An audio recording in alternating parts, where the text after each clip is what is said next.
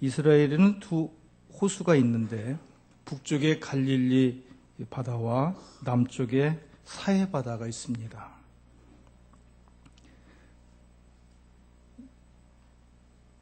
갈릴리 바다는 사해보다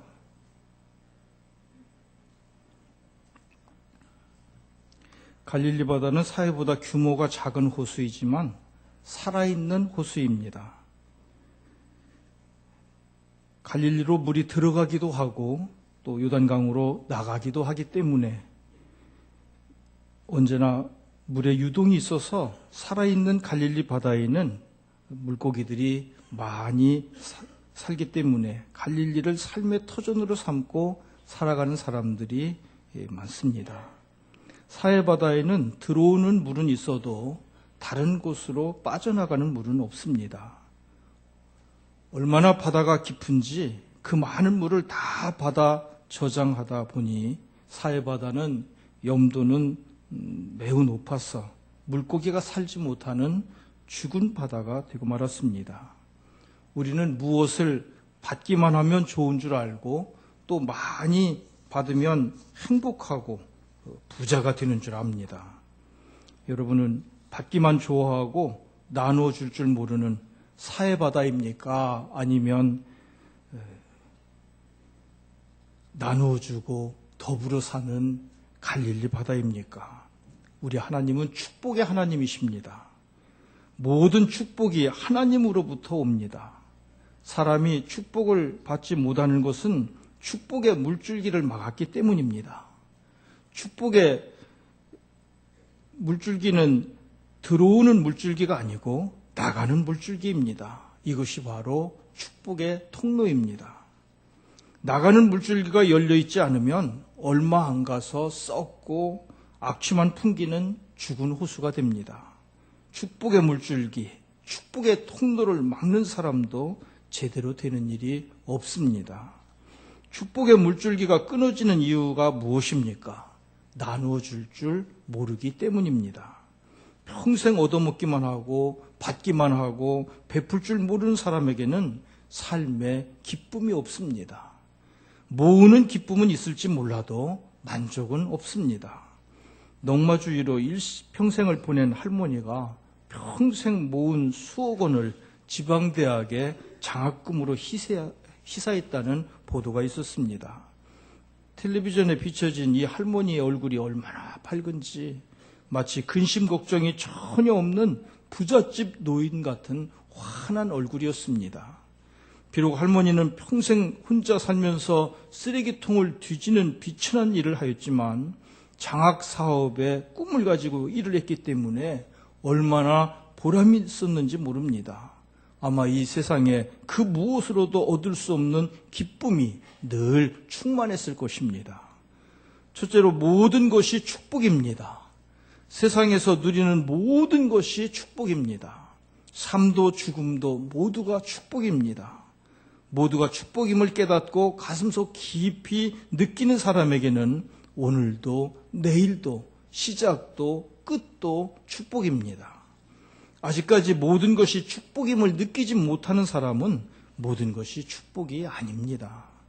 많은 것을 축복으로 느끼지만 그럼에도 불구하고 아직도 축복으로 여기지 못하는 사람은 그 아픔과 고통으로 불행할 수밖에 없습니다. 불행은 도망치기 위해서 발버둥을 칠수록 오히려 달라붙습니다.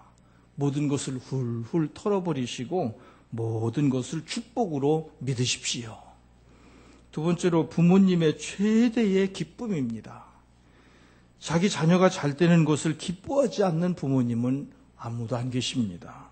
자녀가 잘 되고 성공하는 것은 부모님에게 최대의 기쁨이지만 가장 고통스러운 것은 자녀가 실패하는 것입니다. 자녀가 병으로 고통당하는 것처럼 힘들고 어려운 것이 없습니다.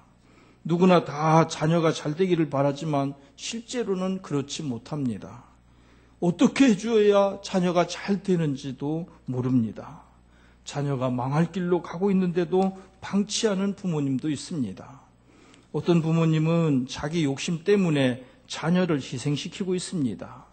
성공적인 생애를 살았던 위인들의 배후에는 언제나 훌륭한 부모님이 계셨습니다.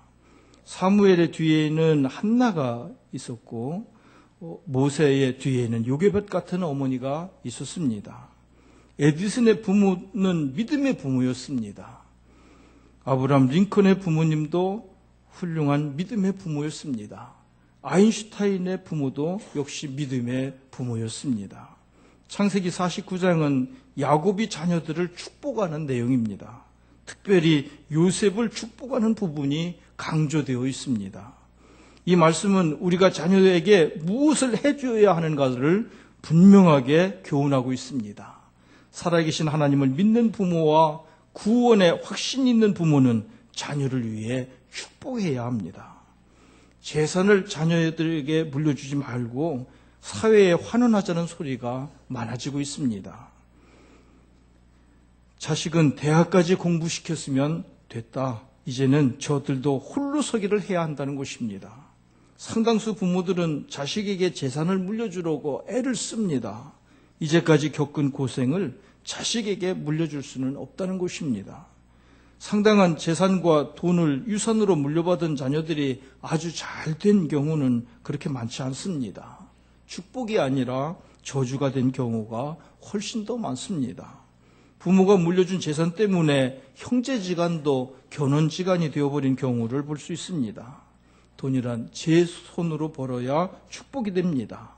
수고한 만큼 받는 정당한 대가가 하나님의 축복입니다.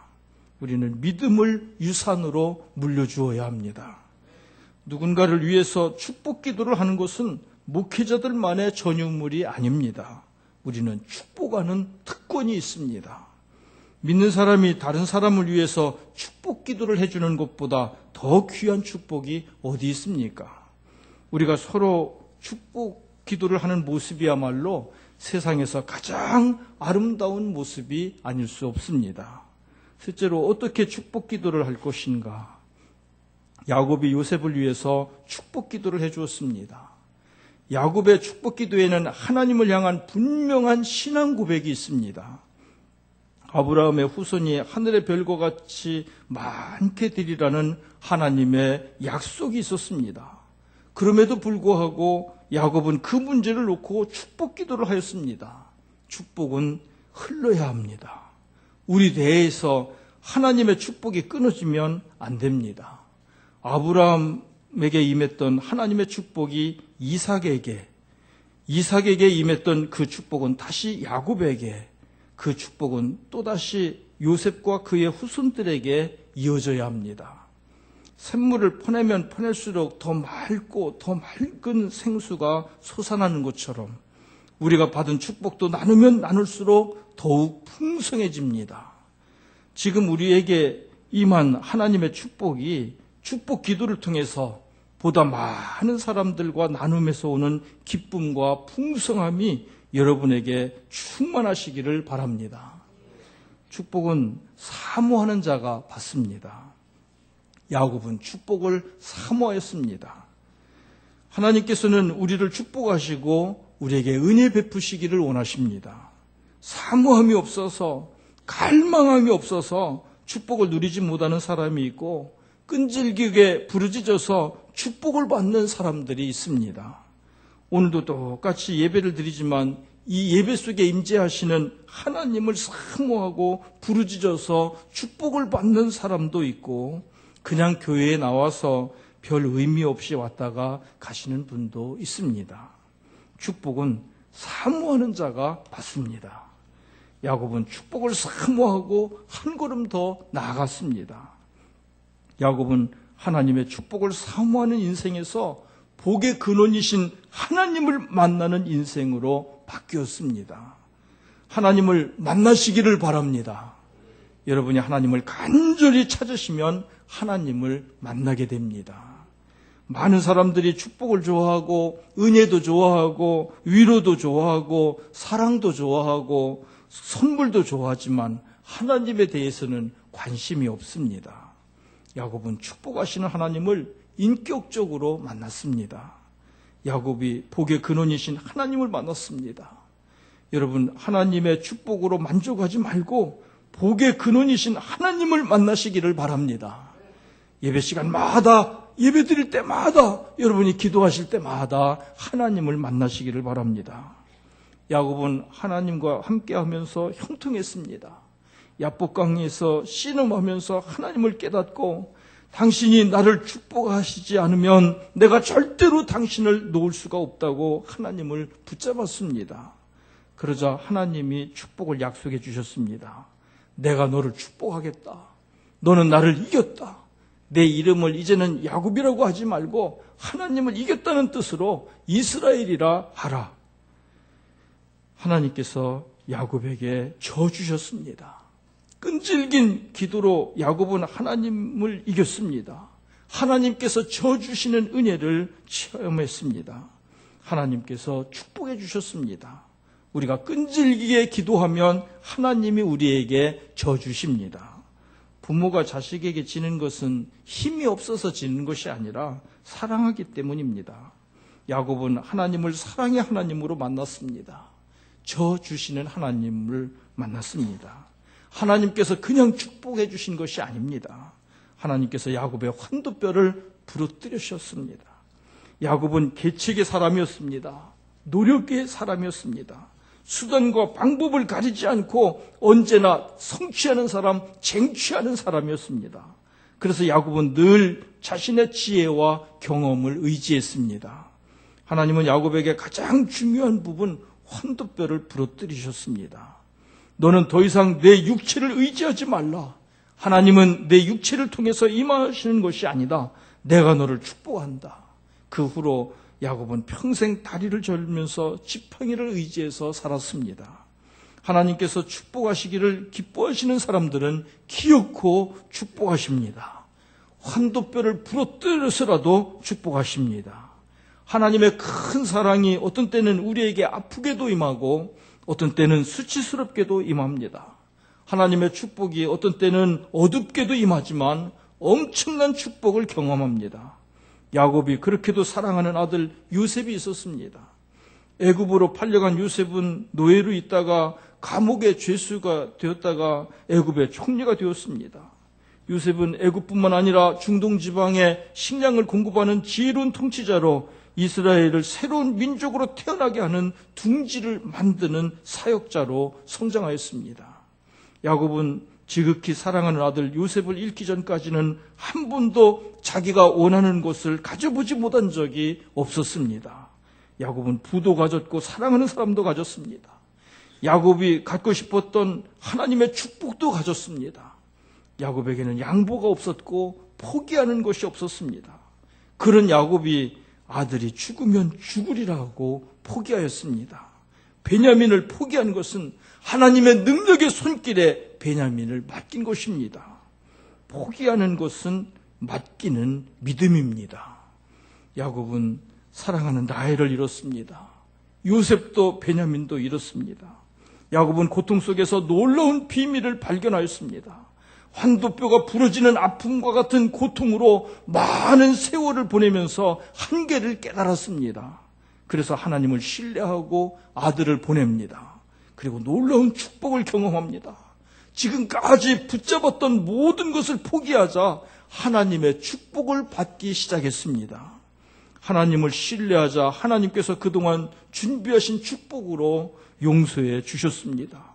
지금까지 죽은 줄만 알았던 야곱의 아들이 요셉이 수레를 보내왔습니다. 처음에는 아들들의 말을 믿을 수가 없었지만 총리가 보낸 어마어마한 수레를 보고서야 사실인 줄을 알았습니다. 야곱이 아픈 몸을 이끌고 내가 살아서 내 아들을 한 번만이라도 보고 죽고 싶다고 그 수레에 몸을 맡깁니다. 하나님은 환도뼈를 깎는 고통 속에서 축복을 준비해 주셨다가 하나님을 진심으로 신뢰할 때, 전심으로 하나님을 찾고 부르짖을 때 축복을 주셨습니다. 하나님은 이스라엘이 태어날 수 있을 만큼 넉넉한 품을, 고센 땅을 요셉을 통해서 준비하게 하셨습니다. 한 민족이 탄생시킬 수 있는 둥지를 요셉을 통해서 만들어 주셨던 것입니다. 축복은 그냥 주시지 않습니다. 온전히 자기를 포기하고 하나님을 신뢰하면서 축복을 붙잡았던 야곱이 그때부터 다른 사람을 축복하기 시작합니다. 바로를 만나서 애굽의 바로 왕을 축복합니다. 손을 들어서 바로를 축복합니다. 야곱은 12아들을 축복합니다. 그리고 애굽에서 낳은 아들 요셉의 2아들을 축복합니다. 므낫세라는 아들이 오른쪽에 에브라임이라는 아들이 왼쪽에 있었는데 손을 X자로 바꾸어서 축복을 합니다. 그 요셉이 말합니다. 아버지, 큰 아이를 오른손으로 축복해 주세요 하고 요셉이 말하자 내가 안다. 하나님이 축복하실 자를 내가 안다 하면서 굳이 손을 X자로 고집하고 오른손으로 작은 아들을 축복하는 거예요. 눈에 넣어도 안 아픈 사랑하는 요셉의 촉마저 거절하면서 하나님의 축복을 선포합니다. 하나님의 축복은 통로입니다. 저수지는 담고 있기 위해서 많은 노력이 필요합니다. 저수지에 물을 담으면 썩게 되어서 약을 쳐야 되고 걸러내야 되고 많은 공정이 필요합니다. 뿐만 아니라 도적들이 와서 뚫을까 봐 사람을 세워서 지켜야 합니다. 복잡합니다. 그런데 축복의 통로는 지나가는 곳곳마다 하나님의 축복이 선포됩니다. 하나님의 축복은 쌓이는 축복이 아니라 다른 사람과 함께 즐거워하는 축복입니다. 오늘 우리가 축복의 통로가 되지 못하고 축복의 창고로 쌓으려고 하니까 축복이 썩어버리고 없어져 버리는 것입니다. 우리가 축복의 통로가 되지 않으면 썩은 웅덩이가 되고 터진 웅덩이가 됩니다. 야곱은 하나님의 축복을 사모했습니다. 야곱은 축복하시는 하나님을 만났습니다. 여러분도 축복을 사모하시고 하나님을 만나시기를 바랍니다. 하나님은 야곱의 환도뼈를 쳐서라도 축복하셨습니다. 야곱은 하나님 앞에 자신을 완전히 맡겼습니다. 모든 것을 포기했습니다. 그때부터 야곱은 진정으로 축복의 통로가 되었습니다. 야곱은 주님 앞에 경배하면서 그의 생애를 맡겼습니다. 축복받은 야곱의 생애와 같은 이런 은총이 여러분에게도 충만하시기를 바랍니다. 하나님께서 우리로 하여금 지금 이 자리에 세우셨습니다. 교회 안에서, 직장 안에서, 가정 안에서, 이웃 안에서 우리에게 지금 이 자리를 허락해 주셨습니다. 바로 이 자리에서 우리를 통해 축복이 흘러가야 하는 줄 믿습니다. 여러분, 하나님의 축복의 통로로서 평안을 끼치는 삶으로서 하나님 나라의 소망으로 채워가시기를 주님의 이름으로 축원합니다.